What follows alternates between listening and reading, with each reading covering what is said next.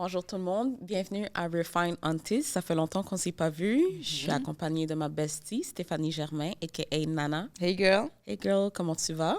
Ça va. L'hiver est là, ça nous rentre dans le corps. En effet, ça nous rentre. Le temps des fêtes arrive. Donc, Yes.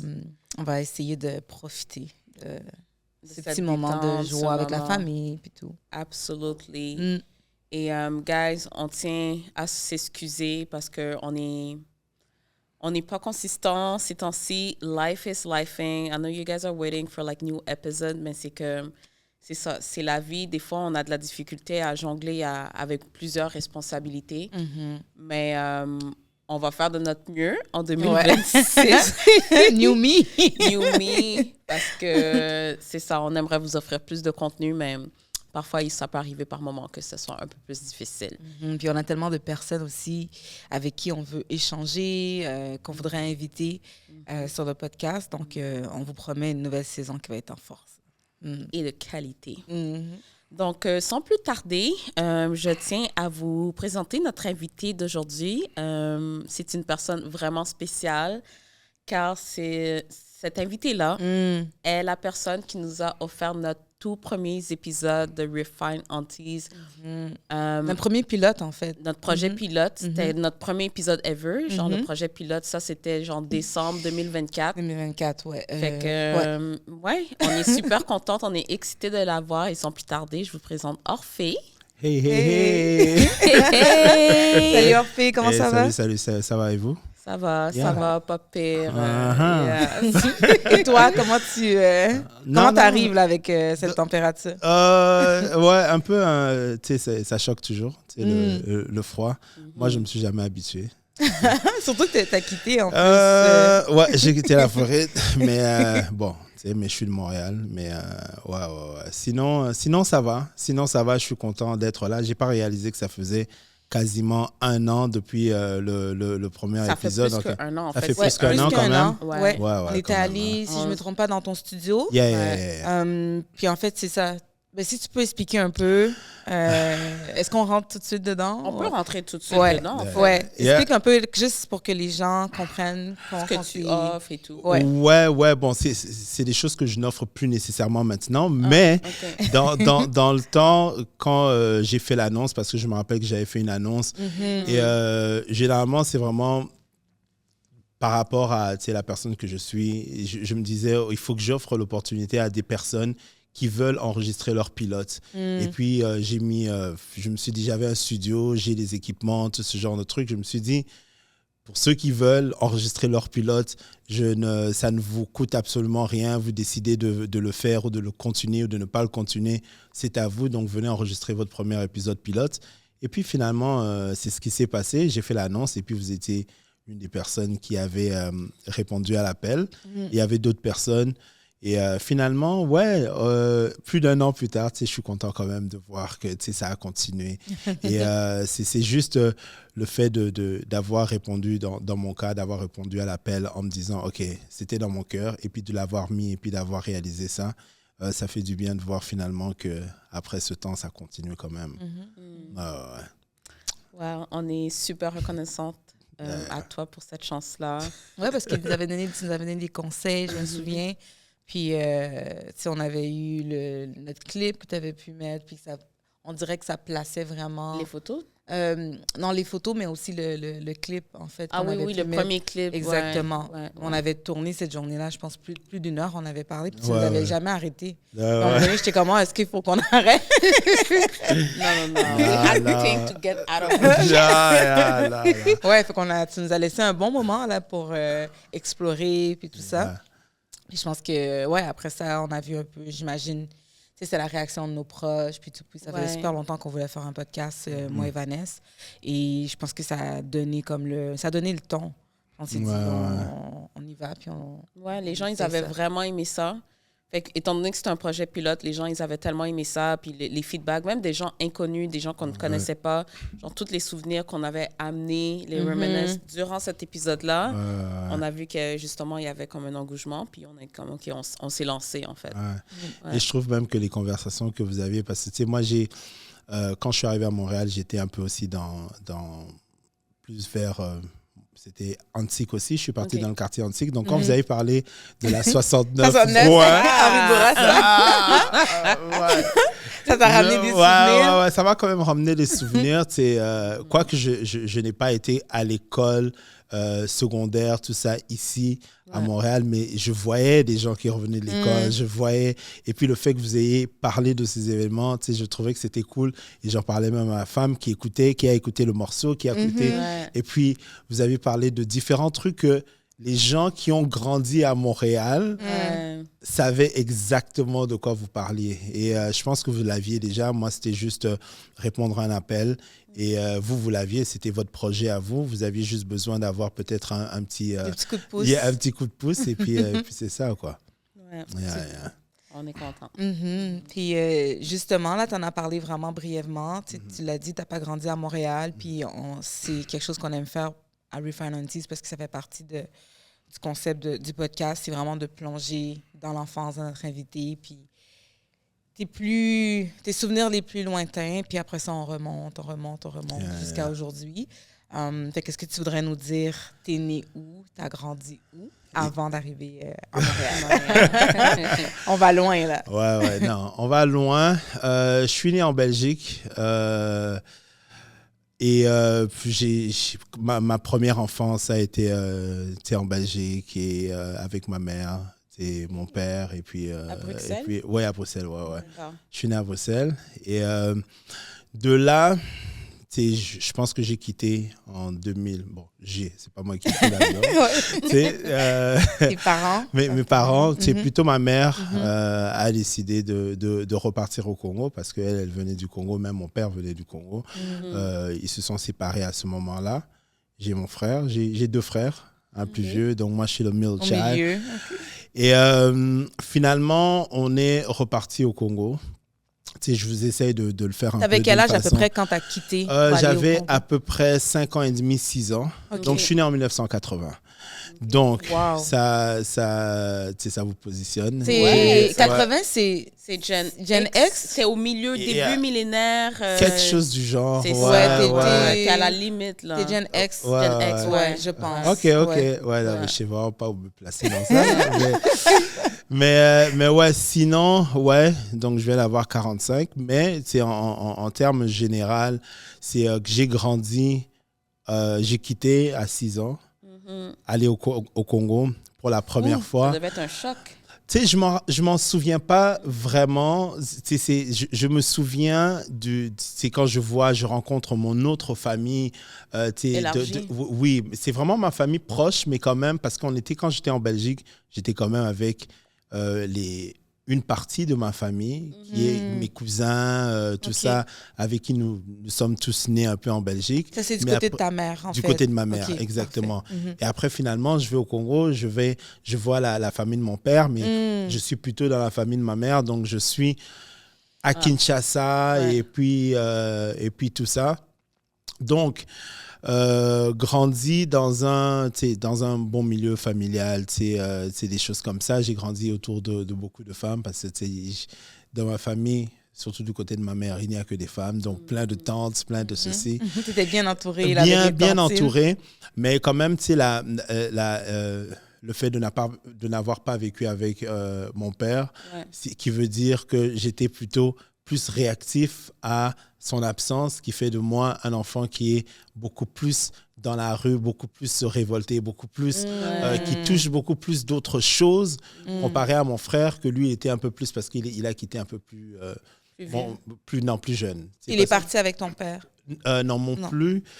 Celui qui vient avant moi, lui, il est resté un peu plus longtemps en Belgique parce que c'est pas le fils de ma mère, mais tu sais, je comprends. C'est comme ton frère, oui, c'est ça. Mais mon jeune frère, qui n'est plus jeune aujourd'hui, tu sais, on a quitté ensemble, donc on a quitté les 3.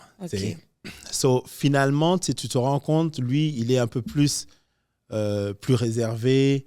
Mais moi, je suis en train d'explorer la vie, révolté. Tu sais, je veux connaître un peu c'est quoi la vie.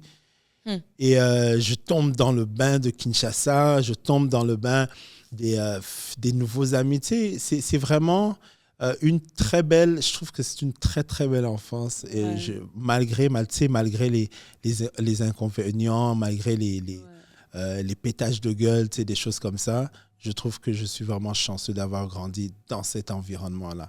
Parce que ça te forme différemment. Et tu le vois quand tu arrives ici. Quand tu es revenu à Montréal. Quand je suis arrivé pour la première fois à Montréal. C'est le choc d'arriver.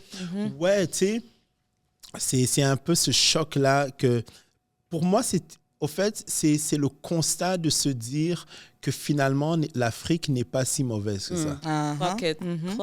Tu comprends un peu? Mais justement, j'ai comme envie de te demander avant que tu parles un petit peu de Montréal, là, comme tu as parlé de ton enfance, mais si tu avais à fermer les yeux, comme penser à, tu sais, tu as parlé de comment ça se passait, mais l'environnement, c'était quoi? Tu sais, c'était quoi qui t'entourait? C'est quoi tes points de repère? L'environnement à Kinshasa, à ce moment-là, parce que à ce moment-là, vu que j'étais quand même jeune, donc je suis arrivé à 6 ans, j'ai quitté Montréal, j'avais 20 ans. Et j'ai quitté Kinshasa, la capitale du Congo, à 20 ans. Wow. Fait que tu as fait toute ton adolescence. Exactement. Ouais. Donc, moi, mon parcours en tant que tel, il est immersé dans la culture. Oui, je suis congolais, mais dans les petits... on allait dans les petits coins cachés, on jouait dans la rue, on jouait. Il n'y avait pas nécessairement l'insécurité comme on la connaît aujourd'hui, mais selon ma perspective, c'est quand même une perspective de jeune garçon. Mais pas une perspective d'adulte ou de jeune adulte qui aujourd'hui voit la vie différemment. Peut-être le Congo était aussi insécure, mais où il y avait aussi de l'insécurité dans la rue, mais je ne pouvais pas plus savoir, ou bien il y avait de la difficulté financière, des choses comme ça, mais je ne pouvais pas nécessairement le savoir parce que à cause de mon âge, en fait. Oui, c'est ça. Tu le ressentais dans l'innocence. Oui, exactement. J'étais quand même dans l'innocence.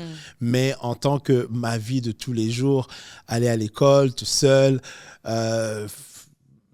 jouer dans le quartier, jouer au basket, des choses comme ça. J'aimais l'école, mais je n'aimais pas l'école. Donc, il y a un moment, je me rappelle que j'ai passé 100 jours sans aller à l'école. 100 jours? Ouais. Et ta mère a dit quoi? Ben, elle ne savait pas. Ouais. C'est jusqu'au jour où on a pris mon frère et puis on lui a dit, OK, ton frère ne vient pas à l'école, ça va faire tel nombre de temps. Si tu ne dis pas à ta mère, c'est toi qui seras dans les problèmes. Ça, j'ai fait, ouais. Mais j'étais quand même un enfant quand même assez... Fait que ton frère t'a snitch? Oui, of course.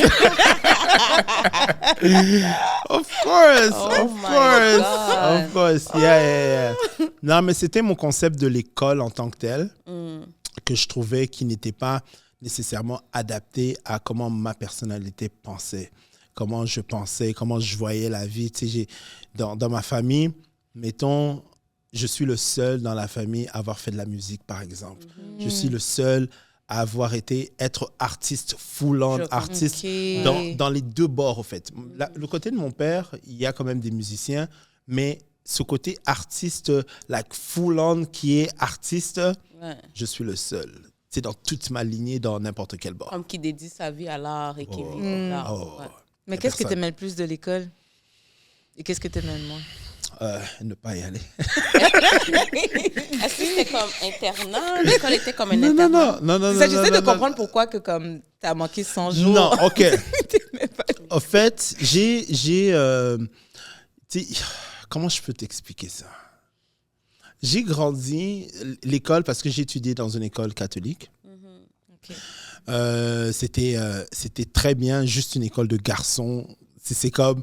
Quand vous vous bagarrez, vous fermez les portes, personne ne parle. Donc, vous êtes confronté à la vie, je dirais, masculine, brutale. Autoritaire. Vous êtes exposé à ça. Et je trouve que c'est l'un des plus beaux bagages que moi, j'ai vécu, même si ce n'est pas des choses auxquelles j'ai nécessairement participé. Mais être dans un environnement où tu te dis, tu te bats pour ta survie. Pas nécessairement survie comme si j'allais mourir, non. Mais tu sais, c'est juste une façon de se dire, personne ne va venir te sauver. Tu sais. Quand dans une classe, les gens vont se battre, le principe est de personne ne parle, personne ne crie. Les deux personnes qui ont des problèmes se battent, et puis après, fini, tout le monde rentre. Quand on voit un professeur, il y a quelqu'un qui surveille la porte. Et tu sais, des choses comme ça. Mais à l'ancienne, hein, tu vois. Ouais, tu sais. Et tu sais, mes amis, par exemple, mes amis d'aujourd'hui, ce sont les mêmes amis que j'ai. Ça va faire 30 ans et plus. C'est qu'on est amis. J'ai pas changé de cercle. Aujourd'hui, ils sont quasiment tous ici. À Montréal? Ouais. Oh, full circle. Yeah. Tu sais, donc, je suis chanceux d'avoir grandi dans un environnement comme ça. Et the everyday life, comme je dis, j'étais pas un garçon facile. Donnais beaucoup de headache à ma mère parce que monoparental, quand tu ne comprends pas un peu à quel point l'absence masculine ou l'absence d'un père peut affecter.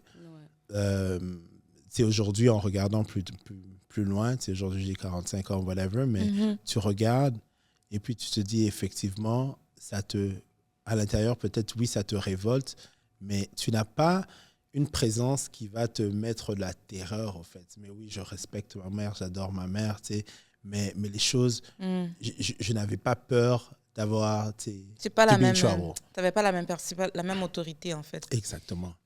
C'est intéressant ce qu'il dit. Mais moi, je trouve ça... Tu sais, ma soeur et mon frère ont vécu les 4 ans en Afrique et ils ont vraiment eu une super bonne expérience. Bonne expérience. Ça a quand même été un changement parce qu'on est tous nés ici, on est tous nés à Montréal. Mais des fois, les gens, ils ont cette perception de l'Afrique et tout. Ils ont peur. Puis comme... Ils ont peur ou comme genre, mais c'est comme... C'est surtout dans les années 90, début 2000. L'image qu'on montrait de l'Afrique avant qu'on voit l'Afrique sur les réseaux sociaux. C'est tout comme genre UNICEF. Oh my God.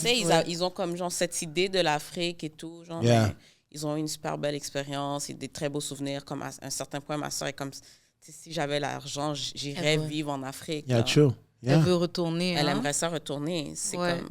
Ouais, c'est un autre monde. Ouais, vas-y. Non, excuse-moi. Je me souviens quand, c'est pour un peu un parallèle de ce que vous avez mentionné tous les deux. Puis, pour les Haïtiens, c'est un peu similaire. Puis je me souviens quand j'étais jeune, pour toute une génération, la façon que nos parents nous chicanaient, c'est comme la menace ultime, c'était « je vais t'envoyer en Haïti ». Puis ça, c'était comme last try. Genre, si tu continues à faire des conneries, tu t'en vas en Haïti, mais on ne voulait pas aller en Haïti. Ouais. On était comme, non, moi, je suis née là-bas et tout, mais j'étais comme, je ne veux pas retourner, puis tout. On était jeunes, puis on avait comme un peu aussi perdu. On s'était comme un peu trop habitués à Montréal, au Québec, à notre routine. Fait que là, cette idée puis la façon que nos parents nous menaçaient avec ça, il y avait rien de bon là-bas. Puis ouais, ils étaient comme, tu vas voir, tu vas aller passer la misère, puis tout, puis ci, puis ça.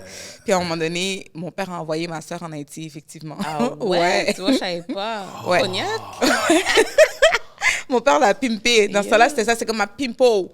Puis il a pimpé en Haïti. Wow. Puis à un moment donné, elle ne voulait même pas revenir. Quand elle est revenue, elle était comme, oh my God. Tu sais, mon père pensait qu'il l'avait emmenée en punition, mais elle avait eu comme, elle me racontait tous les beaux souvenirs, comment que les gens du quartier prenaient soin d'elle, comment qu'elle mangeait bien, puis tout. Tu sais, comme, sincèrement, elle était comme, moi, il aurait dû me laisser là-bas. Puis nous deux, on est nés en Haïti, mais on a quitté très tôt.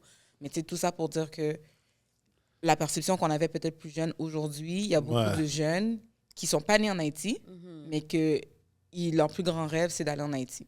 Ouais. Fait que maintenant, si les parents disent « je vais t'amener en Haïti », c'est comme « ouais, comme un let's go, paye-moi mon billet », tu sais. Les temps ont vraiment changé. C'est là qu'on voit que les temps ont vraiment changé. Parce que moi, à l'époque, ils avaient envoyé Alex et Louise, genre ma soeur et mon frère.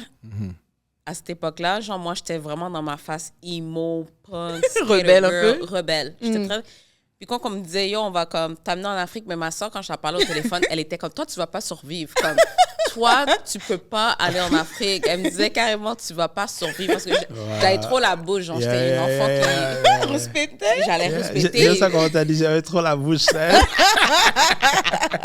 Non, mais c'est sûr que j'allais claque back, puis c'est comme... T'allais te faire comme... J'allais me faire manger cru, là. Même pas cuit, là. Ça aurait été une réforme, en fait, pour toi. Ça aurait été une réforme, mais comme... Peut-être que j'aurais pas pu survivre vraiment, là. Tu vois? Fait que, genre, till this day... mais jusque-là, tu n'es pas... I haven't been. So, là, comme... OK. je travaille fort pour pouvoir y aller. Yeah, Ça, c'est un de mes plus grands regrets, c'est de ne pas avoir été en Afrique du vivant de mon père. C'est comme, tu sais, des fois, tu as des regrets dans la vie, puis tu prends comme, OK, je vais y aller comme l'année prochaine, comme mon père, il décède. True. It's part of life, mais comme, Inch'Allah, genre 2026, it's gonna happen. Ouais, je trouve que l'Afrique, c'est tellement beau. Moi, je suis allé repartir après, plusieurs fois, mais je suis parti avec ma femme est haïtienne, donc je suis parti avec elle 2 fois. Wow. Avant d'avoir les enfants? Avant d'avoir les enfants. Okay. Non, une fois avant les enfants, une autre fois avec mon fils. Wow. Ma fille n'a pas encore vu. Ouais. Et je suis parti aussi la 2e fois avec ses parents. Non. Donc, on est parti, et je me rappelle, elle, la première fois qu'elle a mis les pieds au Congo, elle a tellement aimé. Mais ma femme et moi, on a à peu près le même, cette même rage de la vie. Il n'y a pas de limite de, OK, ici, on n'est pas comme avant les ondes, je disais, on n'est pas des arbres. S'il faut qu'on bouge, on bouge, whatever. On a ce même état d'esprit. Vous êtes un peu aventurier. Ouais. Depuis qu'on est amis, whatever. Mais c'est vraiment ce mindset. Arriver là-bas, je lui disais, tout ce que tu connais de la réalité, c'est comme un multiverse. You know? Je me rappelle, on est arrivé vers 3h, 4h du matin. On est parti chez ma mère, chez moi, whatever. Et après, on devait aller acheter des cellulaires, des quartiers, whatever. On arrive dans le marché, pas loin de là où j'habitais. Moi, je connais le marché, on y va. Et j'arrive. Et on monte dans le magasin et on regarde maintenant, on monte, le magasin se trouvait en haut et on voit le marché. Et elle voit ce chaos, mais c'est un beau chaos en fait. Des souks. Terrible. C'est comme, tu vois des taxibus, des taxis qui veulent se cogner, whatever. Personne ne cogne personne. C'est comme... Mais c'est un chaos organisé. Un chaos organisé. Et je trouve que c'était bien pour elle de voir ça, effectivement. Mais elle a déjà été en Haïti, donc ça lui a rappelé Haïti. Et, mais au-delà de ça, il y a les deux côtés. Il y a le côté très bas et il y a le côté aussi très haut. Les gens qui y habitent, au fait. Et je trouve que l'important, c'est de savoir jongler entre les deux quand tu y vas là-bas. Surtout quand tu repars là-bas en tant que diaspora, si on veut. Quoi. C'est vrai, c'est important parce qu'à un moment donné, je pense que... En tout cas, il y avait une fille qui en parlait sur les réseaux de... C'est quand on quitte notre pays d'enfance depuis trop longtemps, des fois aussi, il faut qu'on fasse attention, elle disait, un peu à notre comportement aussi qui peut reproduire les dynamiques coloniales, donc d'arriver avec un certain mindset. Ouais, mais aussi comme classe sociale, puis tout ça, puis d'arriver. Mais c'est de se rappeler justement d'où on vient, puis de pas arriver avec ce comportement-là qui peut facilement, on peut tomber dans les pratiques coloniales que nous-mêmes, on dénonce quand on est ici en Occident. Tu as complètement raison. Et tu sais, des fois, je dis que quand on retourne en tant que diaspora, moi, dans mon cas, j'ai quand même quitté, j'avais 20 ans. Donc, pour moi, je suis 100% là-bas et 100% ici. Je suis pas... Quand je dis 100%, c'est-à-dire dans mon cœur et dans ma façon d'être. Si je suis entouré de Congolais, je parle lingala, je parle... je baigne dedans. Mais quand je suis là-bas, tu dois effectivement te rappeler que tu ne peux pas aller avec cet esprit colonial, que toi, tu ne sais pas que tu as cet esprit colonial. Par contre, tu as de nouvelles mœurs, tu as des nouvelles façons. Le retard, pour toi, c'est tellement important. Les préjugés. Tu peux pas, les préjugés, tu ne peux pas être... Mais là-bas, tu vas être... Le retard, juste le simple principe du retard, ça fait partie de la culture. Ben, c'est parce que je pense qu'on n'a pas la même notion du temps. C'est une chose que j'ai réalisée pour nous, Africains, Haïtiens.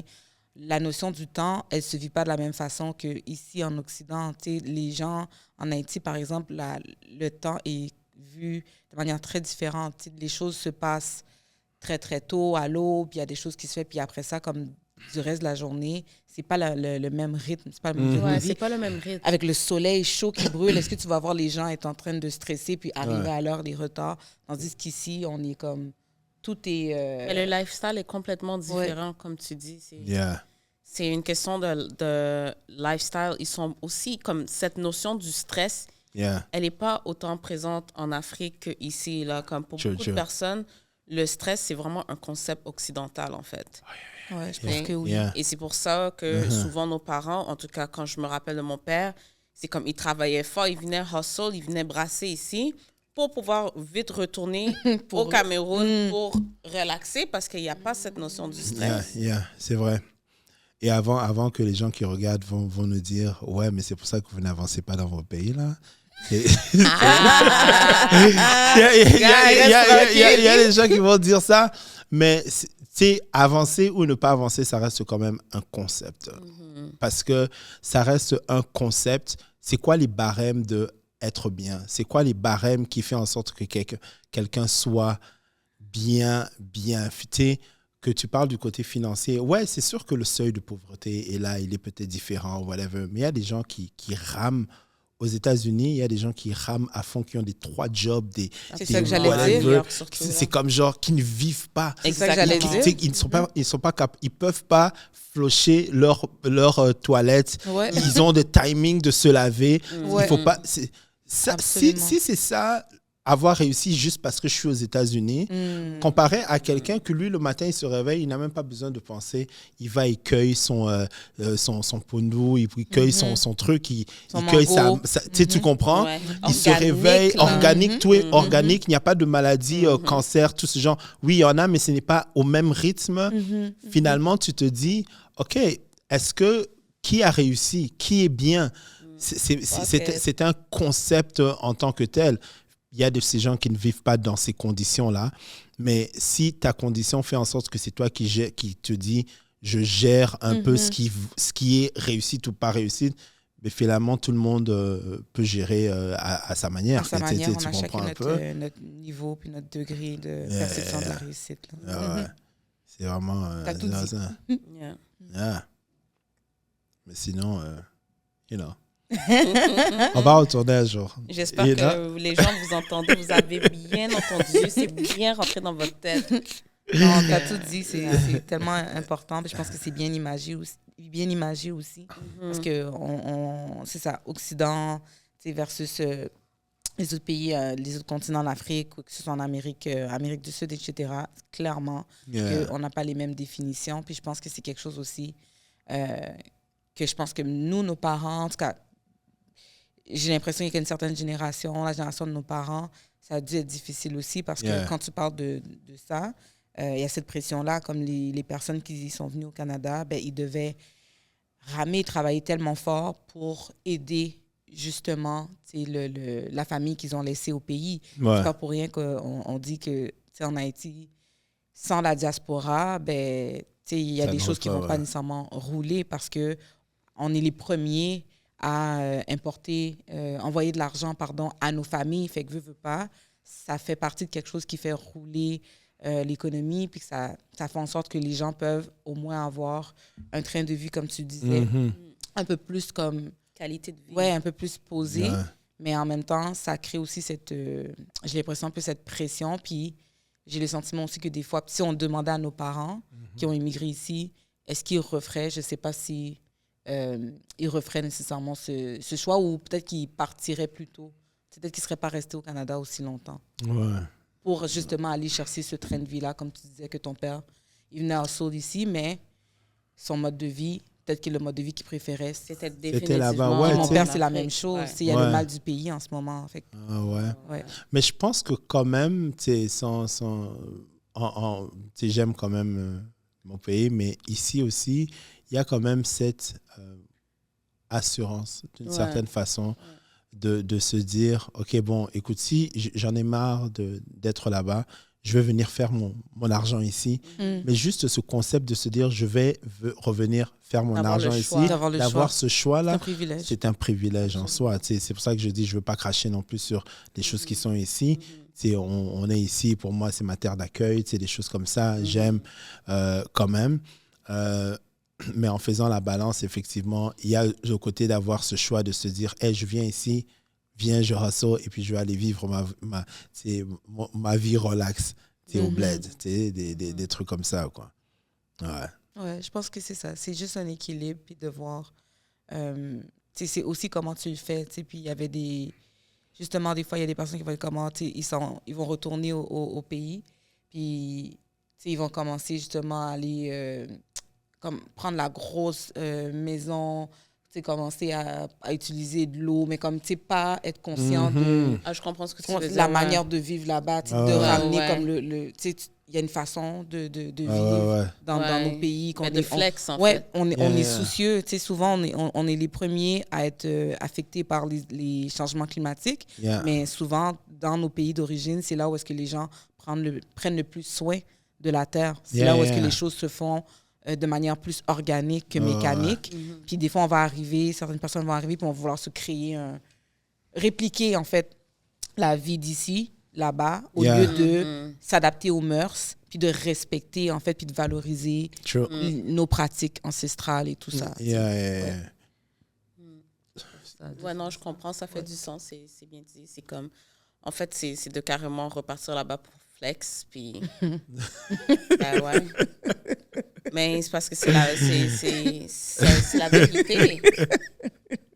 J'ai juste vu tonton avec un dernier avis, avec la valise qui débarque avec tout. Mais tu sais, le pire, c'est vraiment ça. Moi, je me rappelle toujours, les gens qui arrivaient là, OK? Tu parles des gens qui arrivaient comme de Canada, États-Unis. Ouais, Europe, tout ça. Mon père était comme ça, là. Il arrivait avec ses bagues. Tu comprends? Tu comprends? Chaîne, machin. C'est ça. Comme genre... T'as le souvenir de trucs là. Ça? Ah, mais oui, mais parce que quand tu es là-bas,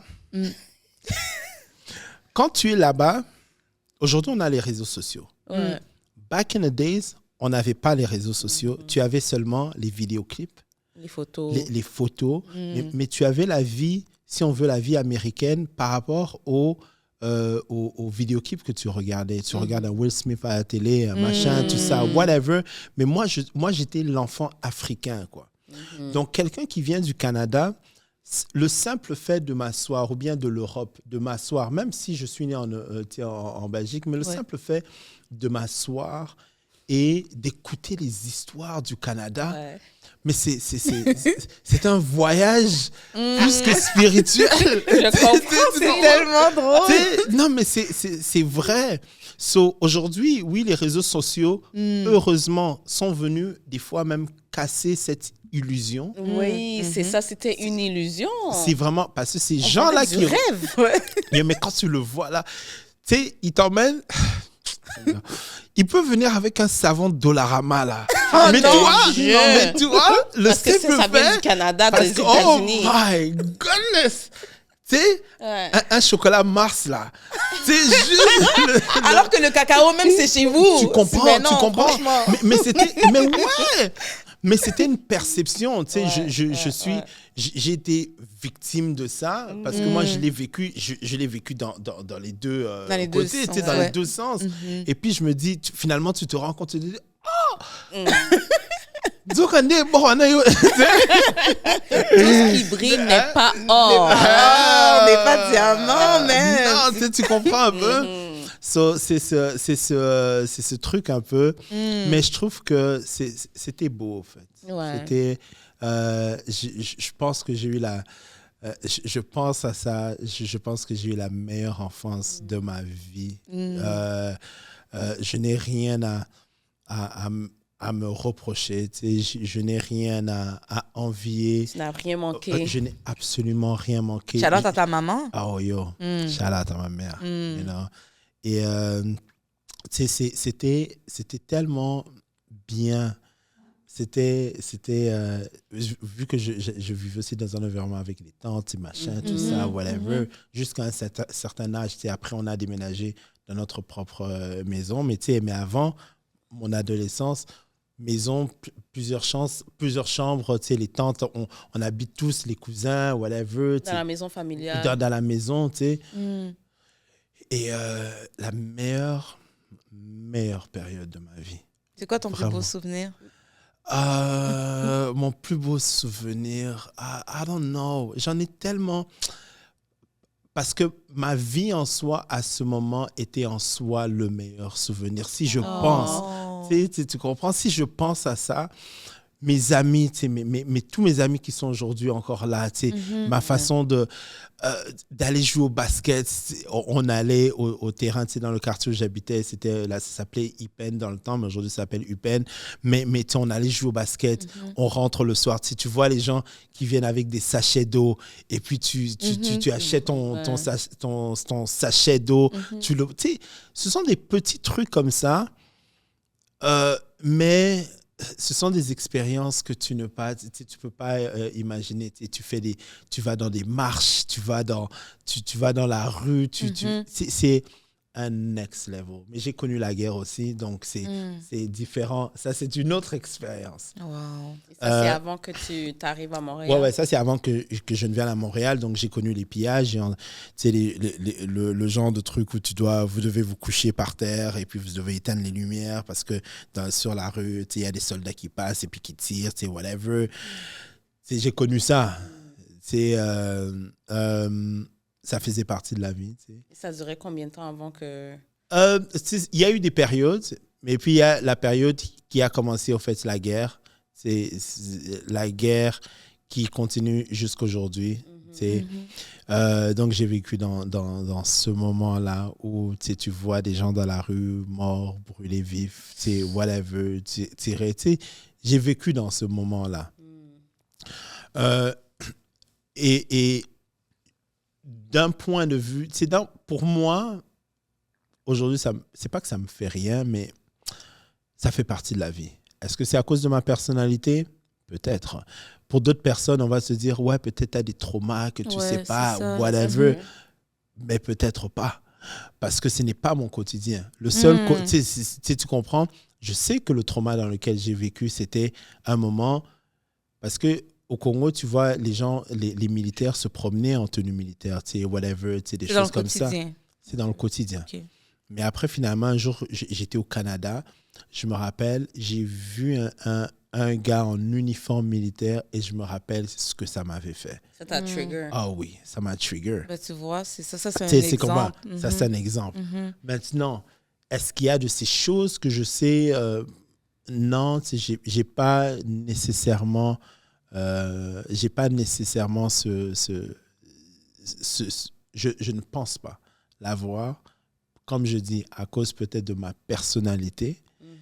Il y a d'autres personnes qui ont été beaucoup plus affectées peut-être, mais je croque la vie comme genre à plein dents. Je trouve que c'est tellement le meilleur cadeau que l'on puisse avoir. Et si je m'attarde aux choses du passé, quoi que ça affecte, mais je ne peux pas toujours regarder derrière. Il faut avancer dans la vie. T'avances. Mais est-ce que tu dirais, parce que depuis le début, je t'écoute, puis tu as beaucoup parlé de ta famille, puis à quel point tu étais bien entourée. J'ai l'impression, je ne fais pas ma psychanalyse, là, mais j'ai quand même l'impression que c'est peut-être quelque chose qui t'a aussi protégée, le fait que tu étais tellement entourée d'amour, et notamment amour féminin, de protection. La façon que tu en parles, j'ai l'impression que peut-être que tu étais tellement justement bien que ces moments-là, on dirait que ton cerveau les a peut-être un peu tassés ou les a, je ne vais pas dire romancés, mais tu as été capable de les transformer en fait en d'autres choses. Si ça a été fait, ça n'a peut-être pas été fait consciemment. Mais c'est ça, inconsciemment. Tu comprends? Ouais. Donc, je ne peux pas apporter une affirmation par rapport à ça parce que je ne sais pas dans le psychique, là, comment ça m'a affecté ou pas affecté. Ouais.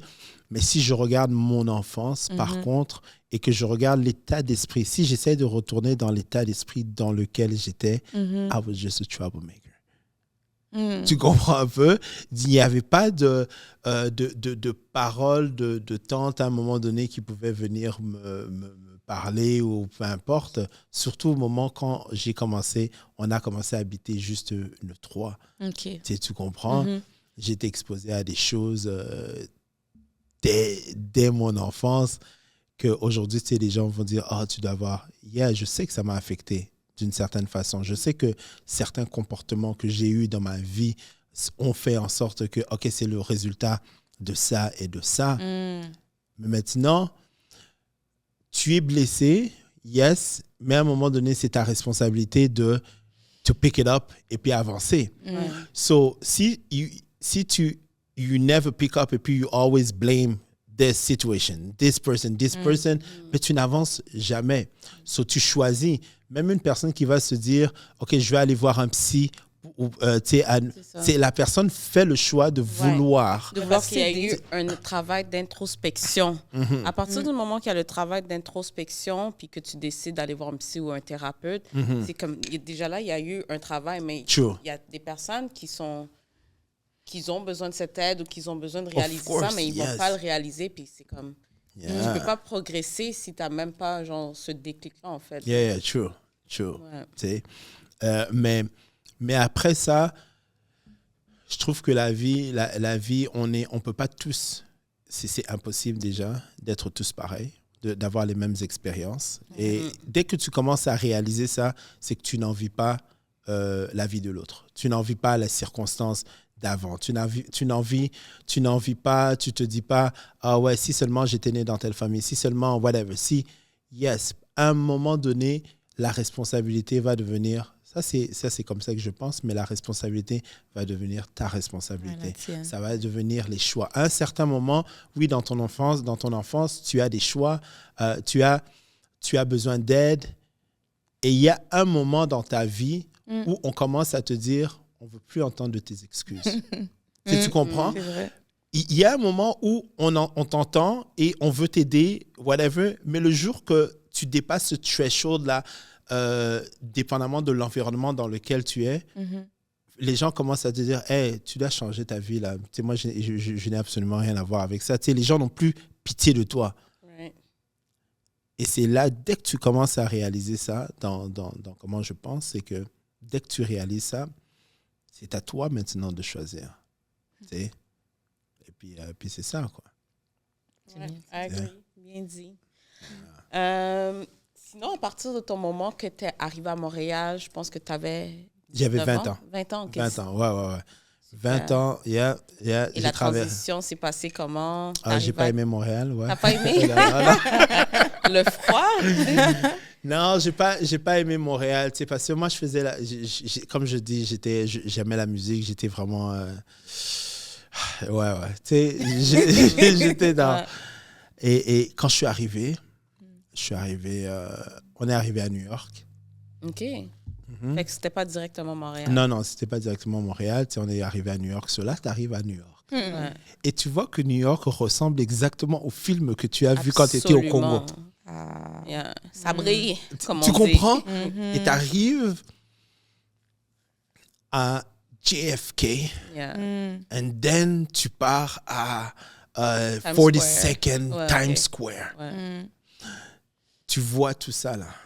Mais c'est comme tu te dis, c'est là que tu vois l'Américain passer. Je me rappelle le film.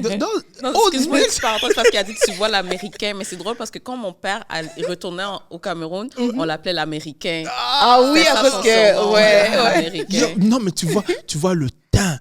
Tu regardes parce que tu regardes. Mais oui, non mais. C'est un autre level, parce que tu regardes, tu t'attardes, parce que moi, je le vis avec l'œil de l'Africain, genre. Moi, j'ai juste comme Coming to America en ce moment. Je suis comme, just let your soul go. C'est juste ça que j'ai dans la tête. Non, mais tu sais, je te donne un exemple. Ma mère est venue pour la première fois au Canada en 2000. OK. Et nous, on est venus en 2001. OK? Mais quand elle est partie, quand elle est venue ici, elle a passé 1 mois ici et elle est revenue. Mais moi, mon frère, on est resté seuls à la maison, tranquille. À Kinshasa? Oui, à Kinshasa, ouais. Wow. Ouais, et la journée qu'elle revenait, elle traverse la porte et je regardais sa peau. C'est comme si sa peau avait changé. Et je me disais, c'est quoi qu'il y a dans l'eau? Parce qu'il y avait un terme qu'on disait. Non, mais c'est vrai, parce qu'on se disait que l'eau, d'ailleurs, il y a des minéraux qui ne sont pas au Congo. J'ai jamais entendu ça. Bah, of course. Non, moi, j'étais là-bas. Ça, c'est comme tu vois. Et tu sais, et le pire dans tout ça, quand je suis retourné en 2014, j'ai rencontré une amie, si on parlait, je parle lingala, moi je pense que je bouge, whatever. Elle m'a dit, Orphée, elle m'a dit, tu peux faire tout ce que tu veux, que tu parles lingala, whatever. Quand on te voit, on sait que tu n'es plus d'ici. Ça soit dans la manière, dans ta peau, dans whatever, tout. Dans tout, on sait. Ça se sait. Ça se voit, ça se sait. Et ça, c'est à travers leurs yeux. Ouais. Même si comment moi je bouge, je parle, machin, je vais dans... Tu penses que tu peux fondre. Impossible. C'est ça. Mais c'est comme ça pour la diaspora, si pour tu comprends plusieurs ce que je veux personnes. te J'ai dire. vécu la même chose aussi en allant en Haïti en 2017, 2018, je pense. Puis c'est la même chose, tu sais, des fois, j'arrivais dans le marché, vraiment la canadienne, tu sais, c'est comme... Même si des fois, après ça, je sortais mon créole le plus rec, là, tu sais. Même s'ils avaient comme les yeux un peu surpris, mais ça reste que, comme tu dis, ils vont te détecter. Mais pour moi, ce qui me frappe, c'est parce que tu as vraiment parlé de teint. Et quand que ma sœur est allée au Cameroun, c'est ça, le truc qu'on disait, c'était son teint. La même chose? La même chose. C'est pour ça que ça résonne, parce que c'est comme, ils n'arrêtaient pas de parler comme, oh, ton teint est beau, ma sœur, comme, tu sais, comme des commentaires comme ça. Ils capotaient, là, puis elle est comme... Toi, tu comprends pas? Ouais, c'est ça. Tu comprends pas. Moi, imagine-toi, quand j'arrive là, à New York, et je vois des Américains parler lingala et parler anglais. You know, tu vois tes magazines que tu regardais, que les gens qui Source voyageaient... Magazine. Yes, Source Magazine. Je me rappelle, j'ouvrais le magazine Vibe. C'est exactement ça. Je suis... Parce que j'aimais tellement la photographie sans le savoir. Je m'arrêtais dans les magazines en train de regarder les photos, whatever. Et puis finalement, tu te rends compte que c'est un autre monde. Par contre, j'ai grandi en parlant français à la maison. Vu que j'étais souvent dans la rue, moi, j'ai parlé lingala, même celui de la rue. Je parle, tu sais, whatever. Tu sais, aujourd'hui, tu sais, peut-être ça s'est dilué, whatever, mais c'est quand même, tu sais, je parle. Mais après, on a un autre... Moi, je viens d'une tribu qui s'appelle Tétéla. Mais on a un autre dialecte qui s'appelle le Tétéla. Et ma mère, je me rappelle, on était dans le métro, et il y avait un gars qui lisait un livre qui était un peu spirituel, mais un peu plus branché vers le satanisme, tu sais, des choses comme ça. Et c'était écrit sur la couverture. Et ma mère m'a parlé, elle m'a pas parlé en lingala. Même si on parlait pas lingala, mais elle m'a parlé en tétéla pour me dire... Regarde ce que le gars lit. Mais de mon frère et moi je suis celui qui comprend le tétéla. Parce que dans ma famille, quand je te dis avec les tantes, tout ça, la seule langue qui se parlait à la maison, là, c'était le tétéla et le français. Surtout quand on était avec les tantes. Donc, I was able to pick it up. Et elle m'a parlé ça, elle m'a parlé en tétéla pour me dire, regarde. Et ça m'a frappé. J'ai trouvé, c'est là que j'ai compris l'importance de la langue. De la langue, bien sûr. L'importance, c'est l'un des souvenirs que je trouve l'un des plus forts en arrivant en Amérique du Nord, c'est de reconnaître la puissance de connaître une autre langue dans un monde où les gens ne s'expriment que dans une seule langue. Absolument. Tu es capable de switcher là. Tu peux switcher, tu peux dire quelque chose et personne ne te comprend. Et c'est la plus grosse force, je pense, qu'en tant qu'immigrant, qu'on a, en fait. Mais c'est nos langues, tu sais, puis c'est pas pour rien que, tu sais, le schéma, là, tu sais, de la colonisation classique, les premières choses que le colon va faire, c'est s'attaquer à la langue et à la culture. Yeah. Tu sais, c'est les façons les plus rapides que tu peux... Déraciner. Déraciner toute une population, tu sais, la décimer. Si tu lui enlèves sa langue, tu lui enlèves sa culture, ben, tu lui enlèves tout. Yeah. Tu sais, donc, ce que tu dis, c'est complètement vrai. Yeah. Et c'est puissant. C'est pour ça que ici, les communautés autochtones, il faut qu'ils aient accès à leur langue, puis il faut qu'on la valorise, puis tout ça, parce que c'est ça, c'est comme ça que tu, tranquillement, t'enlèves. Si tu t'empêches à des gens de communiquer, Ben, ouais. C'est la communication, en fait. Tout se désorganise, en fait. Yeah. La transmission des savoirs, tous les rituels, tout, en fait, passe par, tu sais. Puis ce moment-là que tu as passé avec ta mère, tu sais, c'est le moment de connexion vraiment précieux, là. Ouais, tu sais, ça me rappelle toujours. And pour répondre à la question de comment c'était au Canada, j'ai détesté le Canada. J'ai détesté Montréal. So, tu quittes New York. Look at you here now. Hey. So, je quitte New York, je viens, je ne veux pas trop entrer dans les détails. Moi, je suis entré à la marche, entre la frontière, comme réfugié, des choses comme ça. So, tu viens avec ta valise sur la tête. Ça, littéralement. De New York, back in the days. Mais jusqu'aujourd'hui, une fois, je me rappelle, j'ai vu quelqu'un, je traversais la frontière New York, à la colle, là. À la colle, là, je traverse. Et une fois, j'ai vu quelqu'un passer, j'ai dit, yeah, that was me. Parce que la personne, on nous déposait, quand tu venais de New York, surtout en 2001, tu viens à New York, le taxi te dépose à Plattsburgh. Et puis de Plattsburgh, non, le bus, parce que tu sais, le bus que tu prends à machin, Port Authority, ça t'amène à Albany, tout ça. Et puis tu t'arrêtes à Plattsburgh. Et de là, vous descendez. Et on descend là. Moi, j'avais 20 ans, mon frère avait 18 ans. 2 garçons, mallettes, nos valises. Et je me rappelle toujours dans le bus, ma mère était là. Elle laisse ces 2 garçons pour la première fois qu'elle a élevé. Et elle leur dit, et je vois un monsieur qui lui dit, courage, bonne chance. Parce que lui, il sait ce qu'on est en train de faire. So next thing you know, on laisse nous on descend, on se dit au revoir. Ma mère, elle monte dans le taxi, elle repart. Non, elle repart à New York. Mais nous, on monte dans le taxi pour la première fois de sa vie dans un monde nouveau, genre pour vous. C'est au milieu de nowhere. Ouais. On ne parle pas anglais. Taxi, on arrive et puis le gars nous amène jusque là où il nous dit, OK, c'est ici que je veux vous déposer. And you're on your own. You're on your own. So, moi et mon frère, on avance. Et puis après, on court. Ouais. Faut aller dans pour aller dans le côté canadien. And then, tu passes du côté canadien, tu demandes c'est là que tu commences à faire les démarches, tu demandes l'asile, whatever, des choses comme ça. Oui, parce que c'est le droit du sol. Yeah, exactement. C'est ça que Trump essaie d'enlever en ce moment. Mais ouais, mais quand on courait, là, du côté américain, là, on nous appelle, là, hey!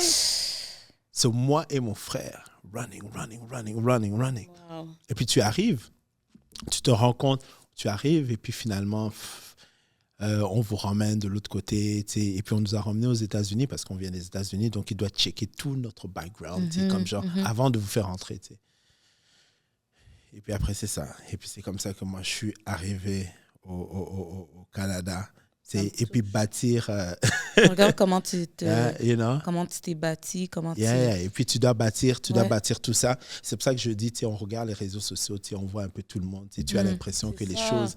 You never know. You don't know the story behind. Tu connais pas le story behind. On rigole, on est bien. Some people can disrespect. D'autres personnes peuvent avoir une appréhension, whatever. Mais tu connais pas le background. Moi, à 18 ans, là, regarde les jeunes de 18 ans. Est-ce qu'ils seront capables de Montréal, là? Ils seront capables d'aller dans un pays, je te donne, qui n'ont jamais vu de leur vie. On leur dit, OK, traverse la frontière, you're on your own. C'est comme, si on t'arrête, on t'arrête. Si on t'arrête, it's on you. Mais c'est l'éducation qui a fait en sorte. C'est le Congo qui m'a fait ça. C'est le Congo qui m'a donné cette résilience. C'est ma mère qui a fait ça. C'est tout ça, ce bagage qui fait en sorte que, comme je te parlais tantôt de ma personnalité, fait en sorte que je ne peux pas m'attarder sur les choses. Aujourd'hui, ma façon de penser, par exemple, les gens vont me dire « Ah, peut-être tu es trop dur, whatever. » Mais moi, je veux me dire « Je n'ai pas le temps de pleurer, par exemple. » Si je veux pleurer, ça ne veut pas dire que je ne veux pas avoir les larmes aux yeux, mais je veux regarder quelque chose et puis then I'm going to shake it off. Et puis mais c'est basé sur toutes ces, toutes ces expériences de vie. Je n'ai pas le temps, tu comprends un peu. So, ouais, les réseaux sociaux, c'est cool, mais les gens ont une vie qui est vraiment différente Absolument. de ça. Tu combines avec la guerre, tu vois les gens mourir, tu vois les machins, tout ça.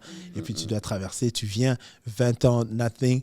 20 ans, pour la première fois, tu as ton appartement. C'est quand on arrivait, back in the days, on te mettait au métro, dès que tu sors du métro Peel, il y a le YMCA. Ouais. Et à côté, normalement, là maintenant c'est un hôtel, là, à côté, il y avait le centre de YMCA des personnes qui venaient de tous les immigrants qui arrivaient. C'est comme un centre d'hébergement. Oui, c'était un centre d'hébergement. Maintenant, c'est vers Atwater. Et ce centre-là, effectivement, back in the days, quand tu arrives, quand tu as fini, c'est quand on t'a fait... Nous, quand on est resté de minuit, après 1h du matin jusqu'à 15h du matin à la colle, assis sur une chaise, du côté américain. And then, on vient, on vous prend, on vous emmène à la colle, et puis vous asseyez, et puis vous remplissez vos papiers, whatever.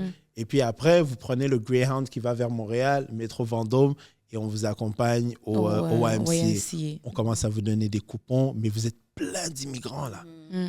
C'est la première fois que tu tombes sur des immigrants de toute origine confondue. Toute origine confondue, quoi. Ouais.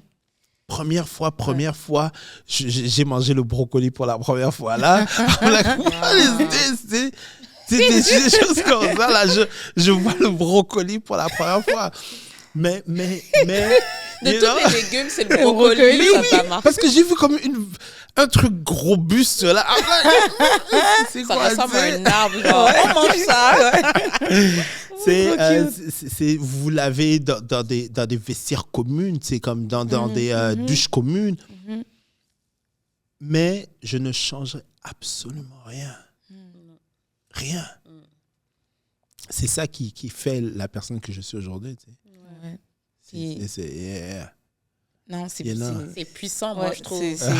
Mais c'est parce que c'est tellement dans le... En fait, c'est nécessaire, ton témoignage, dans le contexte actuel au Québec, où est-ce que les personnes issues de l'immigration, les personnes à statut précaire, les personnes qui ont un statut de réfugié et les personnes qu'on dit irrégulières, parce qu'on ne peut pas dire illégales, personne est illégale sur des terres non cédées.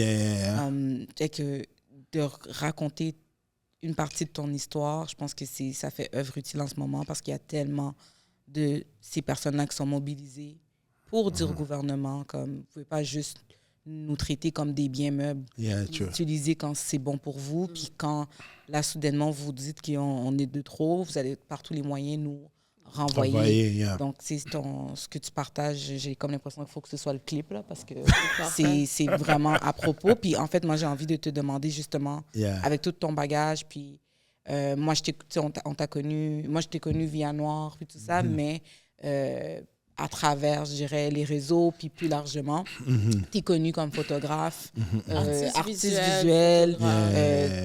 Comment tu as atterri finalement Il chante aussi. Comment tu as atterri là-dedans? Parce que tantôt, tu as parlé de les magazines, tu savais que tu aimais la photo. Avec toute cette expérience-là, raconte-nous comment ça s'est cristallisé un peu. Tu sais, c'est quand même... aujourd'hui, je suis comme je dis, ça va faire 24 ans que je suis au Canada, right?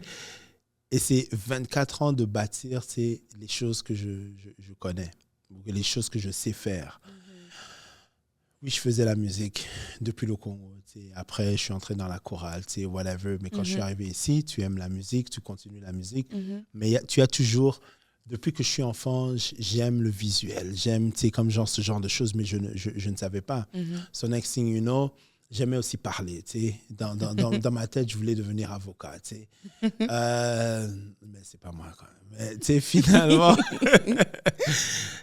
finalement, j'étais plus artiste qu'autre chose. Je faisais la musique. Back in the days, il y avait un concours qui s'appelait Hip Hop Forever. Ça fait longtemps. Moi, je faisais du R&B. Je venais d'arriver dans la scène, whatever. Donc, j'étais le gagnant du concours Hip Hop R&B. Comment ça s'appelle? Hip Hop Forever. Back à Montréal? À Montréal. J'ai pas connu. Ouais. Ça se passait, il y avait un truc qui s'appelle le Spectra à un moment donné. Le Spectra, whatever. C'est là que ça se passait. Donc, c'était Drummondville, Québec, Montréal. C'est comme genre tous les artistes hip-hop, R&B. C'est comme genre plein de gens. And then, everybody, à la fin, vous choisissez le gagnant dépendamment des trucs. Moi, j'étais le gagnant de cette année. C'est comme genre de la catégorie R&B. Mais je faisais la musique. Then, finalement, un jour, j'allais chez mon ingénieur de son and I was like, OK, j'enregistre. Finalement, le gars, un jour, que j'aime beaucoup d'ailleurs, ça fait un bail que je ne l'ai pas vu, il s'endort. Parce qu'il avait passé une soirée, I don't know, il s'endort. Mais vu que je suis une personne catégorique des fois, je me suis dit, cette situation, ça ne va plus jamais m'arriver de la vie. Plus jamais. So, moi, quand je dis quelque chose comme ça ne va plus jamais arriver. And then, je veux trouver la solution. Si je me suis dit, you know what, je vais aller apprendre sound engineering. So, je suis parti à l'école qui s'appelle Musée Technique. Donc, j'ai été formé pour être ingénieur de son d'abord. Donc, ça, c'était en 2005-2006. Donc, j'ai un DEC, AEC, whatever, en sound engineering. So, fast forward, j'ai commencé à enregistrer tout ça. Donc, j'ai appris le son, tout ce que je connais à cette base-là. So, making music, sound. Et puis après, vu que j'étais intéressé à la photographie, j'ai voulu aller étudier en photographie, mais ça n'avait pas donné. And then, fast forward, plusieurs années, ma femme aujourd'hui, qui était mon amie back in the days, on a commencé à faire la musique ensemble. Je l'ai rencontrée à travers la musique. And then, on est devenus amis, on a commencé à faire la musique. Then, on a créé un groupe ensemble. On était à la télévision, Much Vibe.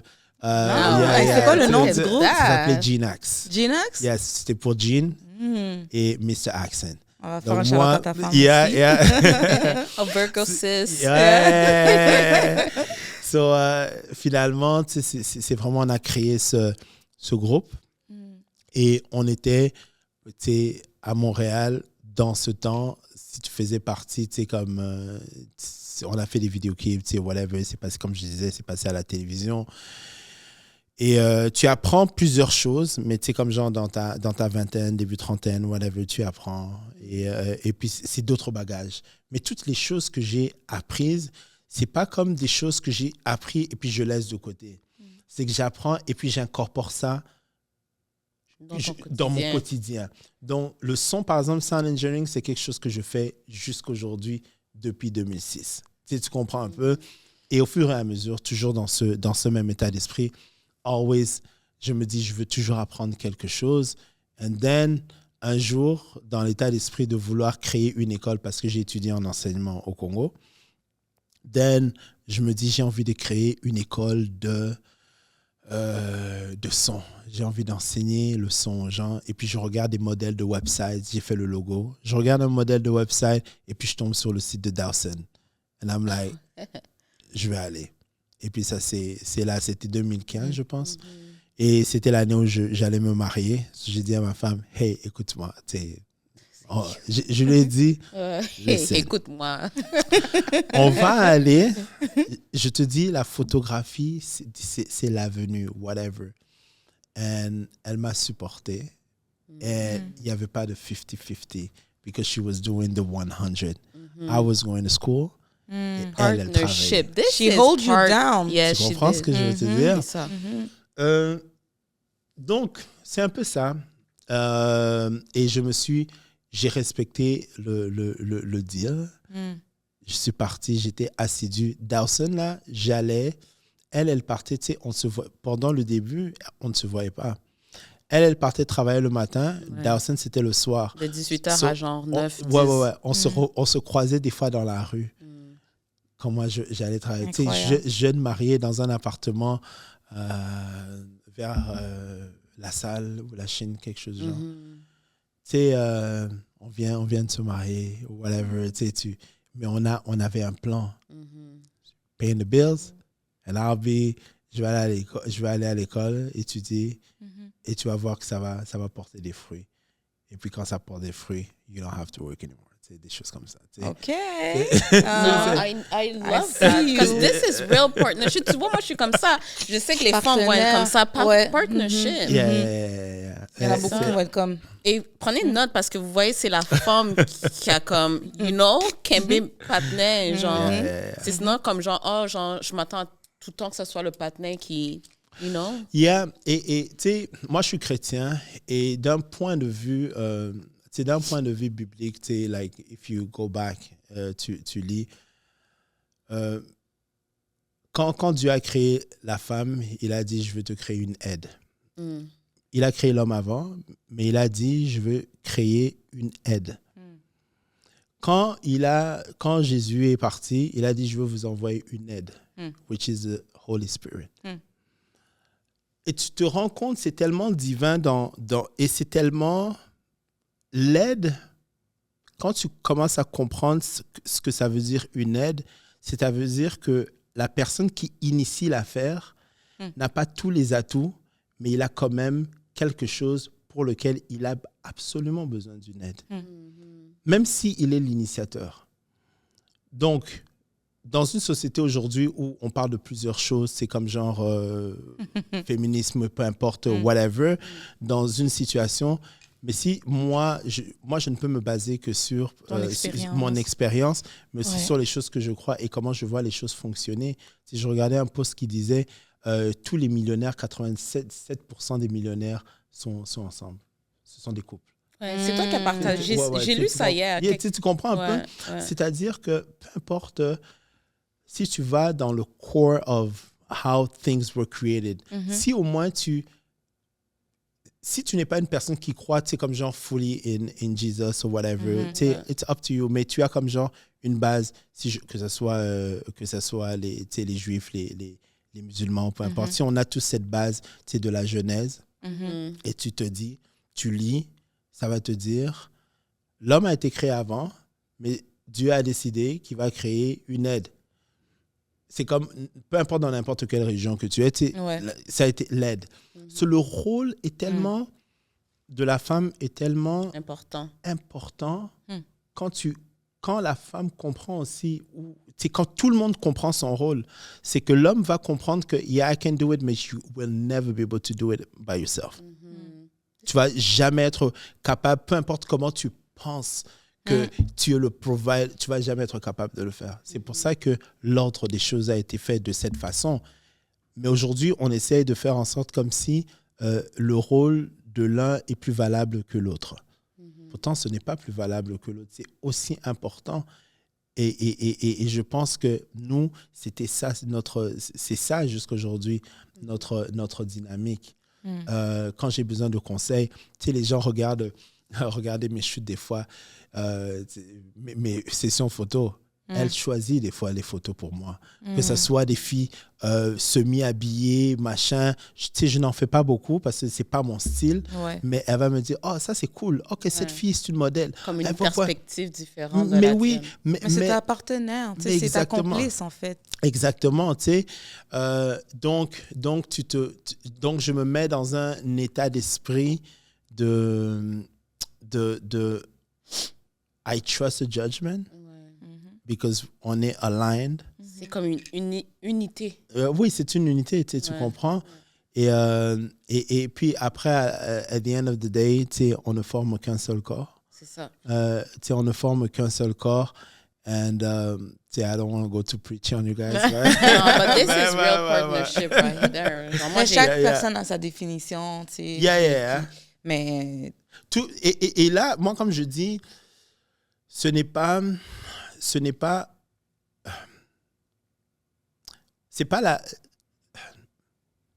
la vérité absolue.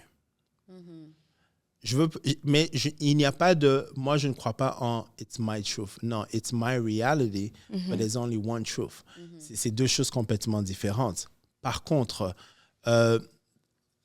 si moi je me base selon mes expériences et comment j'ai vu que les choses fonctionnent et les choses ne fonctionnent pas, moi si je parle à quelqu'un qui, mettons, est dans une situation, si une personne a besoin d'un conseil, mais moi, je lui donnerai seulement les conseils selon mon expérience. Ouais, tu comprends un peu? Et puis, c'est un peu comme ça. Est-ce que c'est la vérité absolue? Moi, pour moi, la vérité, après, je la puise dans... That's why we said, I don't know. Elle a donné des conseils. Tu comprends? Mais ma vérité à moi, je la base on the word, mais après ça... je ne suis pas là pour pousser des agendas, je ne suis pas là pour pousser des idéologies aux gens ou casser des idéologies. Non, tu partages juste ton expérience. Mais moi, ça résonne beaucoup.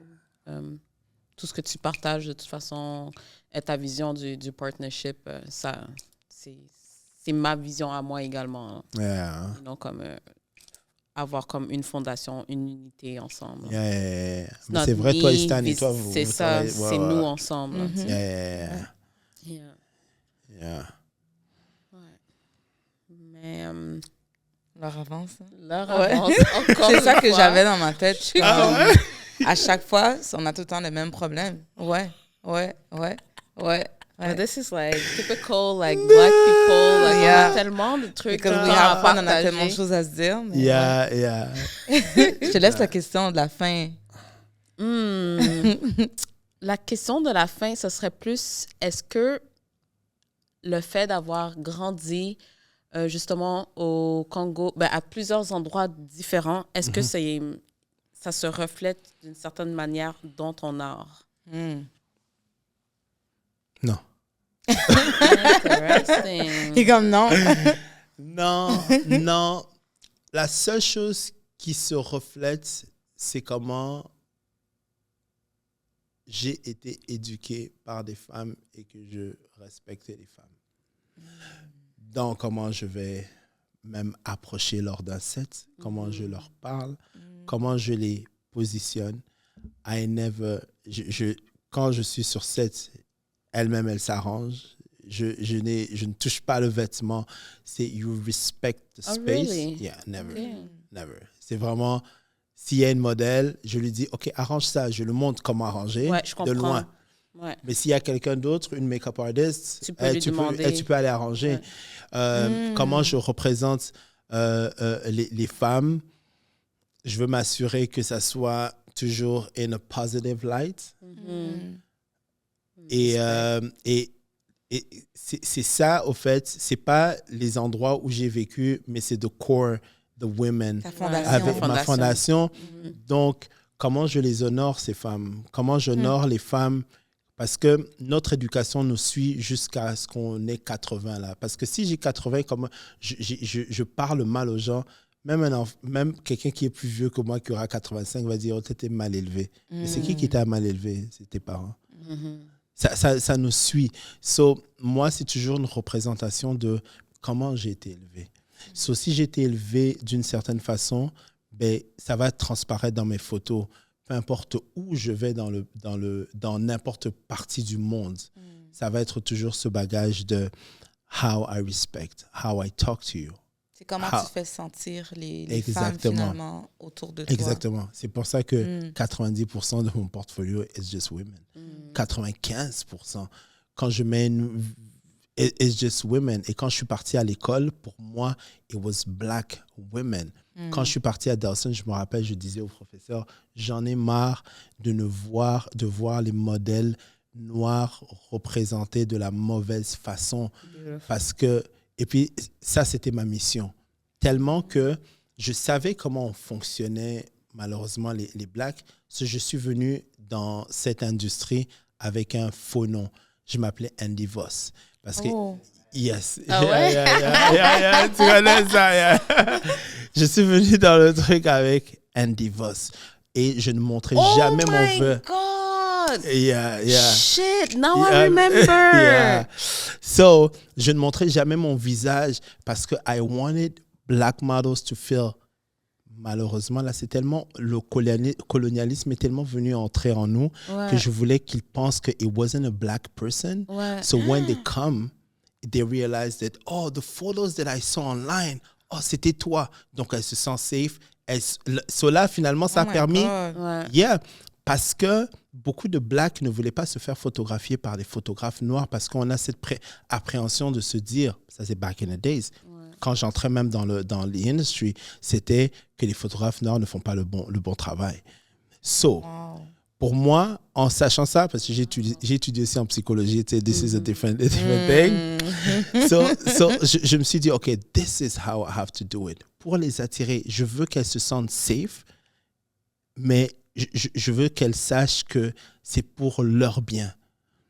C'est pour vous que je fais ça. So, mon portfolio, c'est pour ça que la majeure partie de mon portfolio is just black models, black models, black models, black people. j'interviewe les Blacks.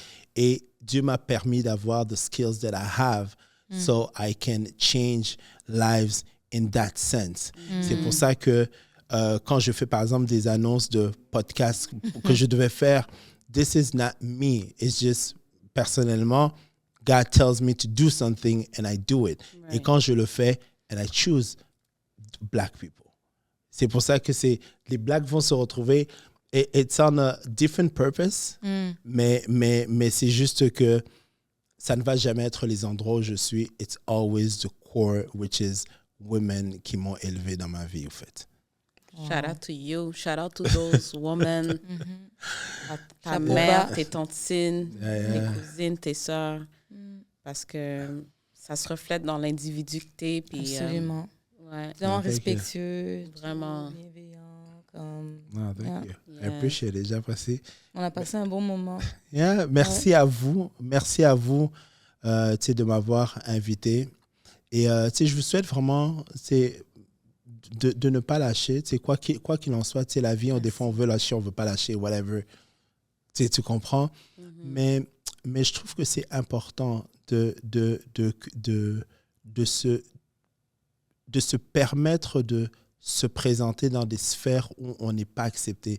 Donc, le moment où on se dit, on va créer notre propre table, on n'a pas besoin de s'asseoir à une table. C'est ça qu'on est en train de construire as a community.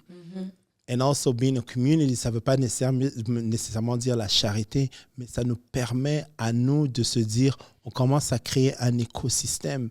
Et je trouve que si vous arrêtez, c'est votre décision, mais je trouve que le temps que vous allez prendre de continuer, je vous souhaite vraiment d'aller comme genre à fond et qu'on ne s'oublie pas, au fait. En tant que community, c'est pas nécessairement toi ne pas m'oublier, mais as a community, c'est pas qu'on a une responsabilité, on doit la porter sur le dos, mais on a quand même un engagement. Si on veut voir un changement quelconque, je trouve que des podcasts comme ça marquent de l'autre côté. C'est comme genre, nous tous qui formons dans n'importe quelle sphère de personnes, dans n'importe quelle industrie, je trouve que c'est important et je vous le souhaite, au fait. Vraiment, c'est comme genre à 110%. Et puis c'est ça, quoi. Merci. Merci beaucoup. Merci. Super, super apprécié. Tes mots sont vraiment appréciés. Ça nous touche beaucoup. Puis je suis tout à fait d'accord avec toi que pour moi, c'est important de s'entraider entre nous, puis de se donner des opportunités, puis de faire rayonner les autres personnes comme nous, autour de nous. Pour moi, c'est comme genre... Il y a un dicton qui dit que genre lorsque tu vas seul, tu vas plus vite, mais lorsque tu vas en groupe, ensemble, tu vas plus loin. So this is pretty much like my mindset. Mais merci à toi, car tu es celui qui nous a donné notre première chance. Ouais, ça fait un peu... ça ferme une petite boucle. C'est comme un full circle moment. And I'm all about full circle moment. Fait que c'est tout le temps des trucs qui viennent me chercher, qui me touchent. C'est précieux. Parce que la première fois qu'on a filmé avec lui, je pense pas qu'on se connaissait. On avait des amis, des connaissances en commun, mais on se connaissait pas. Puis comme... T'avais Maureen qui était ta cousine. C'est Maureen qui est ma cousine. Moi, celle que t'as photographiée aussi, qui est ma cousine. Ça n'a aucun sens. Ouais, c'est vrai. Yeah. Merci encore. Merci à toi. Et puis, guys, on se dit à bientôt. Je vous souhaite de passer un super bon temps des fêtes. Et on vous envoie tout plein d'amour, de bienveillance, la santé, le bonheur, la qualité de vie. Puis prenez soin de vous. On se dit à bientôt. Bye. Bye.